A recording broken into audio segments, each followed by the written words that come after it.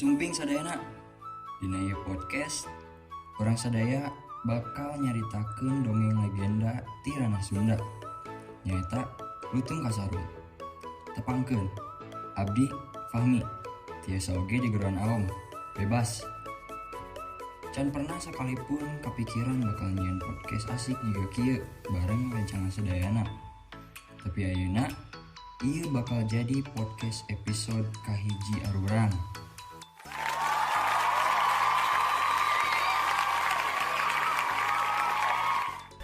Kudu lila-lila, hayu orang mulai ngadongeng we carita kahirupan Purbasari jeung kabogona si Lutung Kasarung. Dina zaman bareto, hirup seorang putri anu geulis, namina Purbasari. Purbasari ieu mangrupa putri bungsu ti Prabu Tapa Agung, anu mangrupa raja kerajaan Pasir Batang.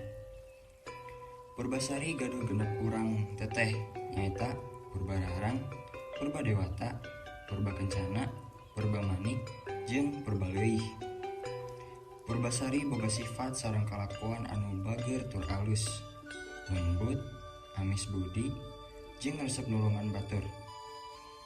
Saha wae anu butuh bantuan, Purbasari siap bantuan. Selain sifatna anu bager, Purbasari oge boga paras anu geulis tur rupawan.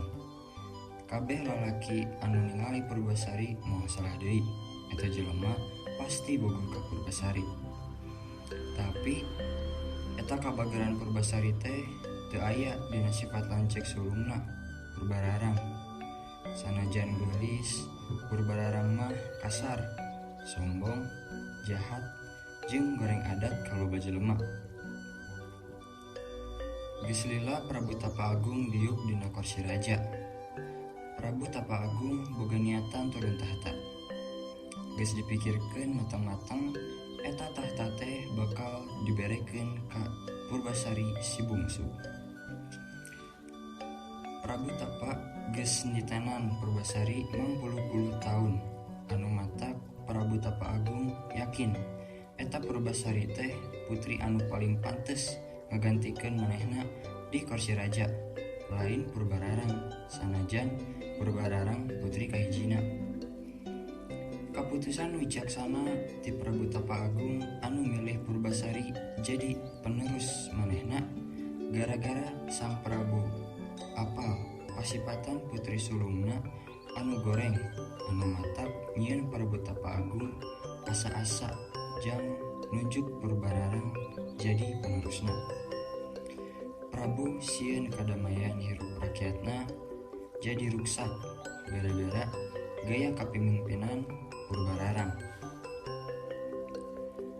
Dihareupeun patinggi kerajaan jeung katujuh putrina raja, Prabu Tapa Agung nyerahkeun tahtana ka Purbasari si bungsu.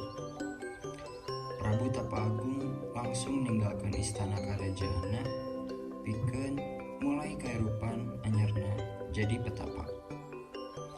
Purbararang ambek ka bina-bina apal eta tahta karajaan Pasir Batang diberekeun ka adi bungsuna lain ka manehna. Sapoe saenggeus Purbasari dinobatkeun jadi ratu kerajaan Pasir Batang, Purbararang langsung ngahubungi Indrajaya tunanganna. Eta duaan langsung minta bantuan ka nenek sihir pikeun nyalakakeun Purbasari. Nenek sihir anu jahat eta masihan boreh zat warna hideung anu dijieunna tina tumbuhan ka Purbararang. Nenek sihir eta ngomong, "Burakeun ieu boreh kena beungeut Purbasari." Waduh, eta boreh asli diburakeun ka Purbasari gitunya. Jadi sami penasaran abi ge.